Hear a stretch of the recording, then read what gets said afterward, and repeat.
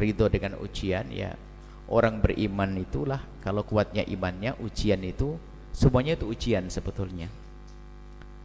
Yang dialami manusia itu ujian. Kekayaan itu ujian loh. Ada orang dulu waktu nggak punya duit masih melarat pakai sepeda engkol, pengajian di sop paling depan. Giliran punya motor sudah mundur, pas punya mobil nggak kelihatan lagi. Itu nikmat menjadi fitnah bagi dia. Dulu waktu perawan, waduh rajin ngaji paling depan, waktu perjaka paling depan. Giliran sudah punya pasangan nggak kelihatan ngaji, berarti itu istrinya fitnah itu.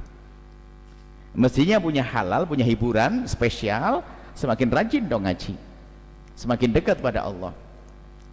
Makanya ujian, semuanya ujian. Kekayaan, dulu waktu melarat rajin sholat di masjid, giliran kaya hilang, nggak pernah sholat, berarti kekayaan fitnah bagi dia. Jadi jangan dianggap ujian itu hanya fakir saja, tidak, semuanya itu ujian. Nah, makanya naik pangkat atau kita semakin runtuh.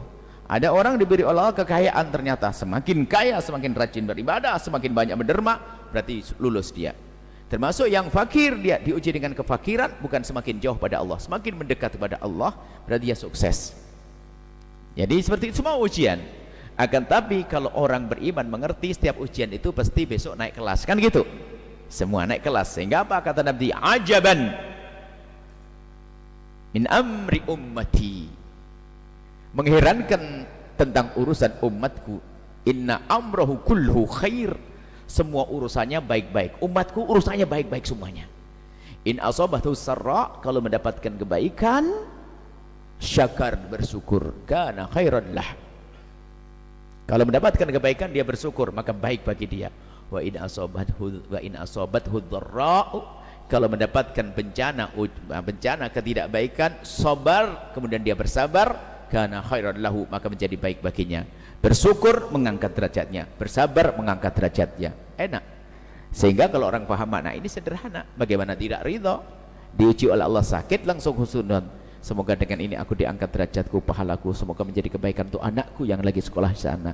Semoga menjadi kebaikan untuk semuanya. Seperti itu.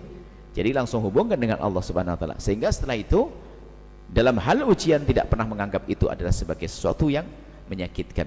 Biarpun sakit tapi masih bisa senyum. Ada orang sakit senyum. Ibu melahirkan, ayo sakit enggak? Habis melahirkan senyum lihat anaknya. Ayo enggak? Ayo.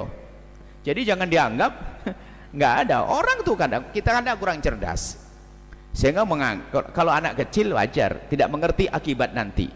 Anak kecil suruh minum jamu sama disuntik pastilah lari. Tapi bapak-bapak datang ke dokter, tolong suntik saya karena saya demam. Loh, karena bapak-bapak sudah berpikir setelah disuntik reda demamnya, suruh minum jamu nanti perutnya enak. Anak kecil jamu pahit ya nggak mau, disuntik sakit nggak mau. Makanya kita dengan akhirat pun juga begitu, sering seperti anak kecil diuji oleh Allah, padahal mau diberi sesuatu yang besar nanti di akhirat, cuman karena kita anak kecil langsung nggak kuat, nggak mau. Nah, seperti itu kurang lebihnya. Tapi nggak boleh juga kita minta ujian, minta cobaan. Ya Allah, berikan aku sakit sepanjang hidupku biar aku masuk surga kelas 3. Jangan sok begitu.